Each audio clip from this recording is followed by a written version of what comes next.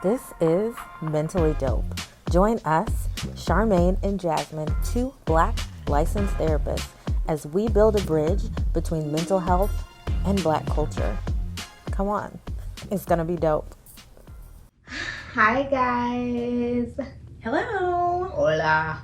Welcome back. Welcome back to Mentally Dope. You gonna sing the theme song? Wait, we got a theme song? I guess. We can have one right now. Because I'm going to sing too. Go ahead. You know I love me a good theme song. I was like, what is our theme song? You really was gonna sing? Oh, what is it? Okay. I don't It's know. the Mentally Dope Show. It's the Mentally Dope Show. Okay, so yeah. Yeah. No, that wasn't it? Not again. Okay, submit your applications. That's cool. What you got? But today, on today's episode, we're gonna be talking about. So, if you guys saw the Instagram post that we did the other day about the hood classics that make us cry, my hood classic was Menace II Society. And someone put a request on YouTube. We do actually watch our comments and see the request that you guys put in. Someone put a request and asked us to do. Why are you giving the same face for this? I'm gonna talk about it. I'm sorry. I'm gonna jump in. Okay, so someone put a request in for us to do Menace Society. So today's episode, we are talking about the movie Menace II Society. Jasmine, explain your stank face right now. I'm gonna just say this. You know what? I'm just gonna put it out there. First of all, it's hot in here where we're filming, so if you see me just whip out the fan, just know that's what we're doing right now because we sweating. That's the first thing. Second thing, Bullets. I was from the generation, and go ahead and tell me if this was you as well, so I don't feel alone. But I was from the generation where my mother was not gonna let me watch these movies with all this cussing and all this violence and all this other stuff. Not about that life. So I've never seen this movie, okay? I don't need your judgment. Argue with your mammy. I don't care. So I'm from the other side where my mother watched me watch things I probably should not have watched. Me and Mama was in the house watching Scarface together. We watched all the gangster movies together because they were her favorite, and then they became my favorite. Yeah. But I was also the sappy one, so I cried in every single one because, of course, someone dies in every movie, and they get me every single time. So yeah. So Don't this judge is my my crying. first time seeing it. Mhm. That was the first thing. I was emotionally scarred. I will say that. It was very traumatic for me. She did text me coming. She would have nightmares. I'm just saying, I'm having nightmares after this. I Yeah. don't like this. Especially like the way that it opens up. But basically, we're just not going to assume that everybody else is like Charmaine. We're going to assume that people are like me sometimes. If you don't know, it is what they call a quote unquote hood classic, which I have found out now, done my education on, about this young man who grows up in the hood. Where are they?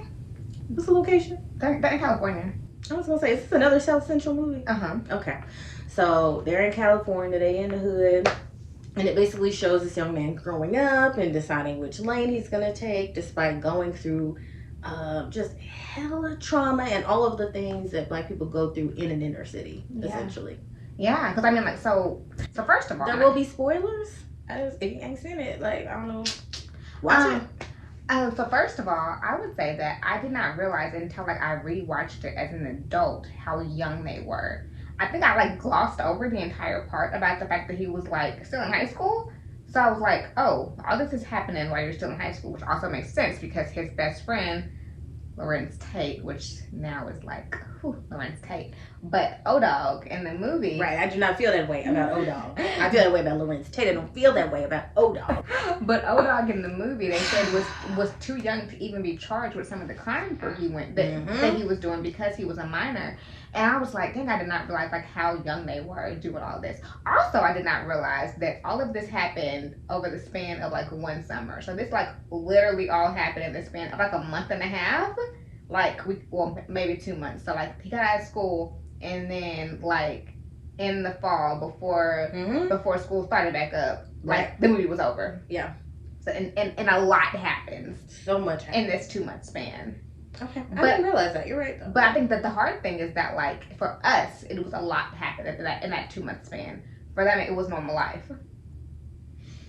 Like nothing seemed like out of the ordinary for them. This was like another day in their environment. Well, I mean, I think it's a little bit of both. I feel like it was normal and everything was different. Like, because things are different when you graduate. It sounds like he was also not the only one, but one of the few that had graduated, because I think some people were younger and like had decisions to make. And most of the people, I don't even know about most, some of the people around him were going to make similar decisions about if he wants to stay in that kind of lifestyle or stay in the place that he grew up, or if he wants to go and do something different. And that was like just one of the biggest things of like, you have lots of choices. What's your choice going to be? Yeah. But I think that the interesting thing is that it wasn't until these moments that he realized that he had choices. I don't think the Kane ever realized that he had choices until they were brought to him, and then he was like confused. He was like, wait, I can move? I can go somewhere else? Like, I think that for him, and that it would be different, because for him, the same thing that he said to... He did make that. Somebody was like, you can go, we can move, and he was like, it's black people in Atlanta. Yeah. So, yeah, in the same way when Sharif's dad said that, like, that they were moving to, was it Oklahoma, Kansas City, somewhere, and he was just like, what's going to be different? Like I'm still going to be me in any city. So it was like, for him, it was like, this is just like going to be my life. I don't see anything past this. This is all I've ever known. This is all it's going to be. Yeah. And that's the hard thing. Yeah. Like, it was also triggering for me in a different way, because like I just left working with these types of kids who were essentially like court ordered, and like you can see in part of the movie, he went to jail. He didn't go to prison, but he went to jail and like hung with some of the folks, and you can tell that wasn't going to be his last stop, if depending on this decision that he made. We'll say that much. Yeah. But it was hard to watch. It's hard to watch this. First of all, like black trauma. I don't know. What's the word? It's intergenerational trauma for this episode. But also there was just a lot of black trauma. Yeah. Like the very first scene. That's when I started texting Charmaine, because I was just like, this is too much. I can't do this. This is too much. Because it was so hard. Because, I mean, I guess they did it on purpose. It's based off of that real life incident. Do you know what I'm talking about? I can't remember the girl's name. Oh, the girl who was shot in the store. Yes, by the Asian woman. And so that was the first thing. But from the very get-go, the first thing that we see is racism. Yes. And that was hard for me to watch as well, too, because that is something that we hear about, that we see in these stores that, first of all, make money off of the people in these neighborhoods, but also, like, will like follow them around stores and hurry up and buy. And it's like, that extra level of pressure for us to deal with microaggressions, but also just like actual plain aggressive racist behavior, which was everywhere. Like, yes, there were microaggressions, but also you can tell in the movie everything is steeped in racism. Like everything from the get-go, right? Like, we already know that's something they have to go through on a regular basis, because he went in there and he was like, don't start again with that BS. Like, don't, like, I'm already doing too much today. I already been through too much today. Don't start with that, right? And then he has a very big reaction to all of the things that were happening. What was the last thing that set him off before he shot? The Asian man. I'm sorry. Which part? And I don't mean that in like a way, but but it didn't specify him. Yeah, it didn't specify the owner of the store, their nationality, who said, "I feel sorry for your mother." Like, throw the rock and hide your hand. Why would you say something like that? You see that this guy is already like upset. You feel like he's trying to leave the store, and then you're gonna whisper to him, "I feel sorry for your mother." Those are fighting words. Those are fighting words in so many different. There's so much to unpack. Really, we can spend all day probably. But that actually goes into one of the things about. Okay, so the word of today's episode is going to be generational trauma. Which, how would you describe generational trauma? Oh, okay. You're gonna put me on the spot. Yeah. Well, I think that we're still learning about intergenerational trauma. Like, I think the definition shifts as we learn more. I know, like, Resma Minikin, he describes it and, like, puts this thread between trauma in a group of people looks like culture. And I think, like, that's all the sentence that you need for this whole movie. Like, that's just right there. Yeah. So Everything looks pretty much like, that, oh, this is a thing that Black people do. Yeah. But really it is trauma passed down and passed down and passed down. Yeah. Okay. So for this point, we would say that generational trauma will be just like identified as trauma that has been passed down and passed down over the generations. But in this context, we're going to talk about how generational trauma in this movie in Black culture can look like culture. Mm-hmm. Like we claim this as our culture, but it's actually trauma mm-hmm. and trauma based. Yes. And so even for that opening scene, we're seeing O-Dog and his level of, I need to defend myself, I need to not be disrespected. And then like we also have like this cardinal rule: no one can say anything about your mama. Like that's just like that's like a cardinal like rule that's like a part of our culture. But not you, not some random person I don't know. Yeah. I don't know. For me, it literally got to be a sibling for you to like don't get a pass for saying anything about I think my his mama. homeboy would have been able to say it, but. Whew, okay, there's just, my brain is swirling around because there's so much to say. Besides the fact that they went into a space they already knew, like, where people didn't like them, they wanted or belonged. Where else can we go? Yeah, but that was the place. Mm-hmm. Like, they didn't have any other stores probably. That was probably the place that they could go. And they immediately start drinking, right? Like, did that contribute to the problem? I don't know. But you can tell from the get-go, as soon as they got in, the people who worked there were already anxious. Mm-hmm.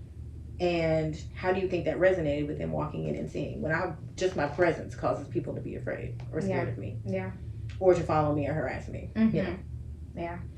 One thing I noticed in this movie, and I mean it's something that I know, but I think this movie did a good job of showing it, is that, like we said, culture, but that's really trauma. Black people can go from 0 to fight or flight in an instant because we've had to all the time for all the things. Everything goes back to slavery, so you know. Just what I'm adjust saying. yourselves accordingly. But it was so quick. Like the thing that switched in him was very, very quick. Leave me alone. Leave me alone. All right, that's how you feel. You're not gonna be alive anymore. But I think that also, like, you know, us just being able to identify that life and death not having longevity was also a part of this generational trauma of this this neighborhood, this movie, this whole thing. Like, there's not really a lot of longevity in the situation. I think that like Kane had grandparents that were still alive, and they probably had been there for a long time. Like, you know how like most blocks have like the neighborhood grandparents that that no one messes with. But like he had grandparents. His friend Sharif had a dad, but like most other people did not have longevity. His friend had a dad. Okay, what person had a dad? I mean, I'm just saying. So like most people did right, not but is have... that culture or is that trauma? To say like, oh, well, this one person had a dad. Yeah. And there's not a lot of dads in this community. Yeah. It's trauma. Yeah, 100%. Right, it's not culture. But it had become the culture of the of the area. Yes. And then to say that like, so I think that like for Kane, the main character of the movie, he didn't see people who lived long. And if they lived long, they didn't have much. I mean, like we clearly saw that his grandparents didn't have much. So they didn't live long. And if they did live long, they're probably in jail.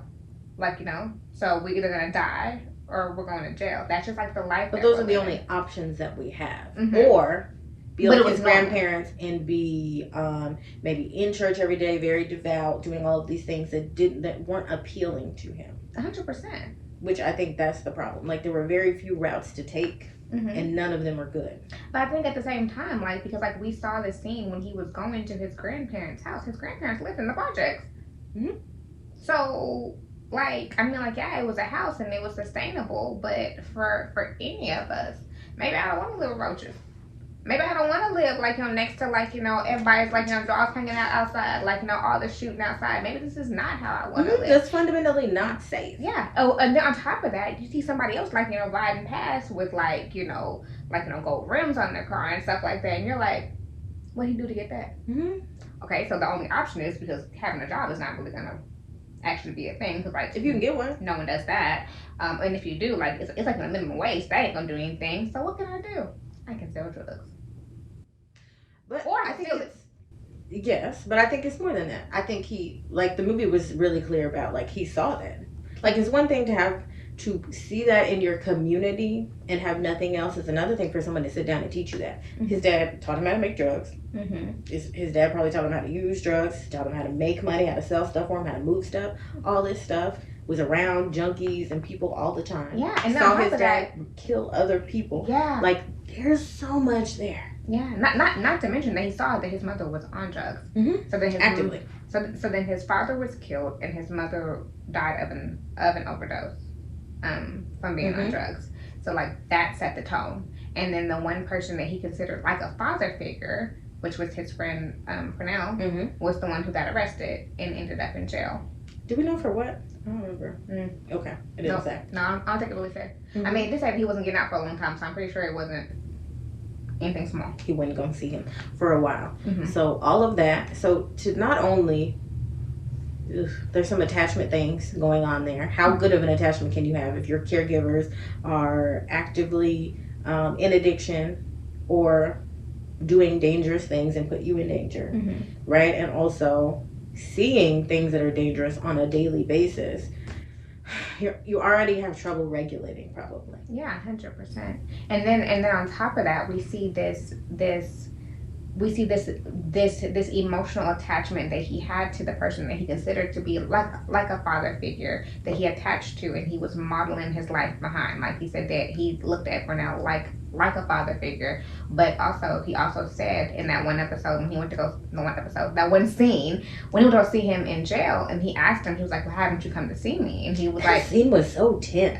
Yeah, why was it so tense? Well, I was just. We know why it was tense. I mean, I know, but I was just the whole time I was just like, we knew why it was tense because he had crossed another but culture he didn't boundary know that yet. But they I both think had he come knew. in there. They were both like. I think he knew when they came in together and the way that they was looking. He was like, "Nah, y'all didn't." But it almost seemed like she told him or something. But also the way she was treating him kind of seemed like she didn't like him that much. But anyway, I think that she was mad at him for getting locked up. But I was like, not like you knew what he was doing again. Also, it's been years, but okay. Yeah, we understand. So, but for him, it was that protection factor that he was saying that I looked at this person like a father figure, and therefore I cannot see him caged in the prison. So therefore, he wouldn't go see him.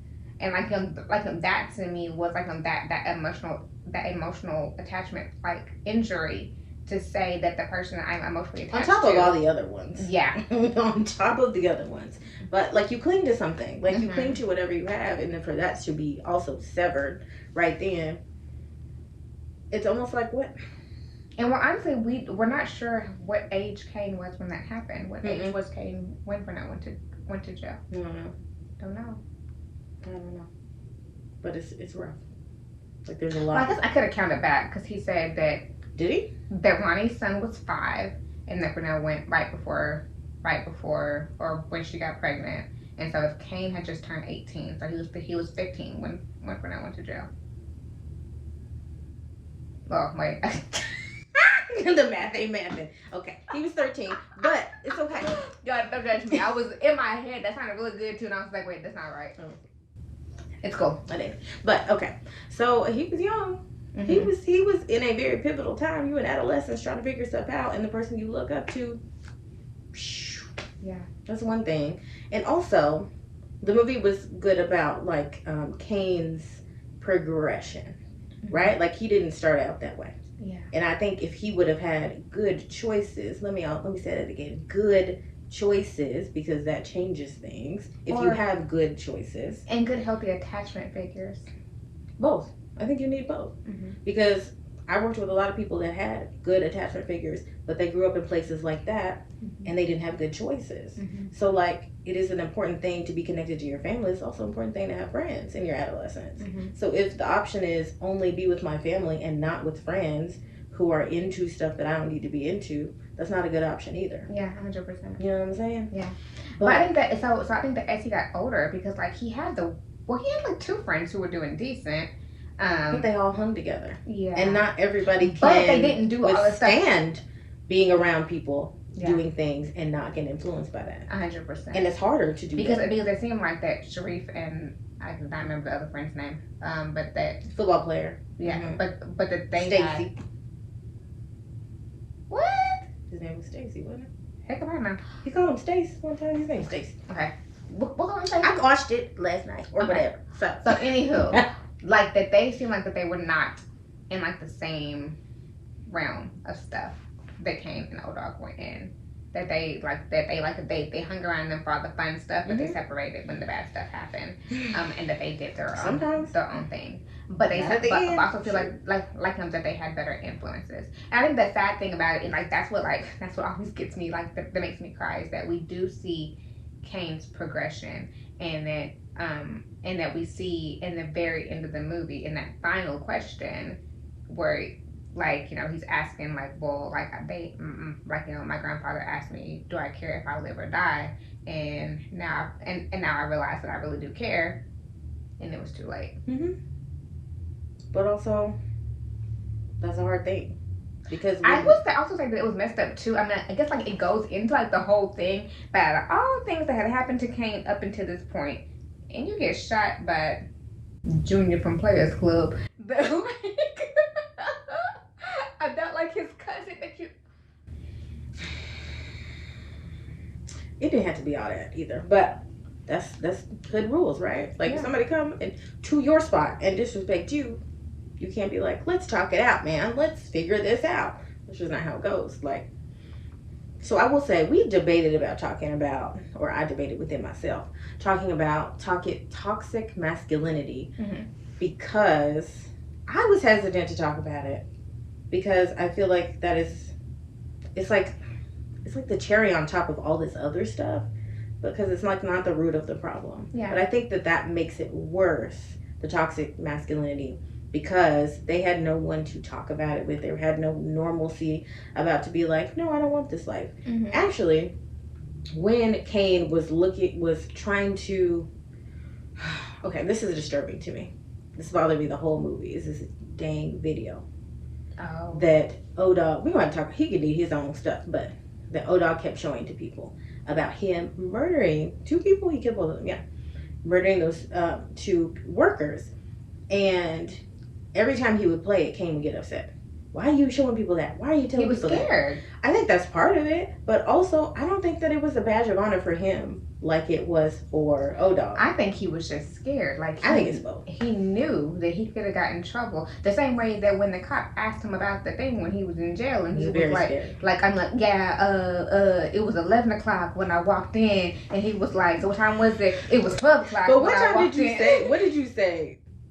Because I was screaming at the TV when that happened. I was like, don't say anything. Shut your mouth. Just say you don't know. If you remember that night, that means something big happened. That was like, what, years ago? Maybe it wasn't. No, girl, it was early in the summer. Yeah. See, it felt like years. We was all in the same summer. But I'd just be like, how do I know what happened? I went to get a drink. Like, that's all you had to say. Don't talk to these people. Yeah. They was doing illegal stuff anyway. I would have lied. Like, man, I've been in there all the time. There's no, like, my DNA could have been on my line. Why didn't they clean it up? Yeah. That's not my business. Did you go check out, like, all the gum in there, too? It could have been all that, too. Like, I be touching everything. Nothing to say. But I say that to say, when there were moments when Kane was like, don't do that, that's not okay with me, or like, I don't like that, O-Dog was the first one to be like, you're not a man. Yeah, you would be. Yeah. You're not a man. You're not about that life. Like, you're not being hard. You're not doing what you're supposed to do. And I feel like he always kind of got suckered into playing a role that he didn't want to play, or he wasn't ready to play.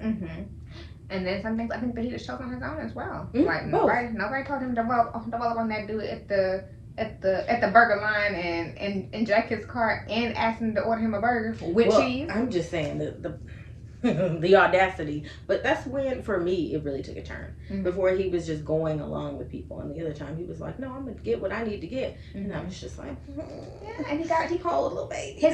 His ego took a hold of it a little bit, and he got a little big headed. And we also see him, like, you know, flirting with the girl at the picnic, which also, like, ultimately led to his potential demise, unfortunately. So looking at that in the full context, we're looking at just how we in the Black culture have so much generational trauma, like so much trauma that continues to go into the situation. Like we said, this movie was set in the middle of, like, the crack epidemic. So, like... Yeah, they did have footage of the riots, too. So, it was, like, right after Rodney King, yes. right after all of those so things. There's so much stuff that was happening in this area that had nothing to do with actual, like not nothing to do, but, like, we didn't bring crack into the community. Like, we didn't bring these things into the area, but we had to deal with it. Yeah, and it, like, pretty much, like, sent extra demise on top of the other demise that we were already dealing with like slavery contracts, and then we have all the things that are breeding from the roots of this trauma, which is the toxic masculinity and things of those nature, and all of these other attachment injuries, and all of these things are coming from it. And then to say that this is actual trauma, but it looks like Black culture. It was the culture of the entire community, not realizing that it's just traumatic and it's just trauma breeding itself out. Yeah, because if we go down the line, I don't know what the grandparents went through, but I'm sure they went through something. Probably. Because first of all, they lost their kid. I don't know which side they were on, but they lost their kid to addiction, or the kid was murdered, right? And so however they did, they made stuff happen and just stayed out of trouble. But there's that. We don't know. Before the generation before that, what? Slaves, whatever. So it's already rough. They live in a hood. We have the parents who've been through what they've been through. You have to have gone through something or have had difficulties to be in the situation his parents were in. Right? That's another generation. Under that's him.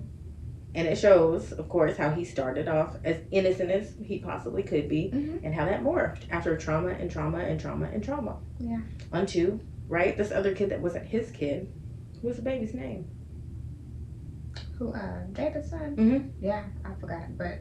Well, I think, the movie, like, first he was when it was in school. He got hit by a kid, he was riding the bike. No, that's not what I'm trying to say. The party when he was a baby. Yeah.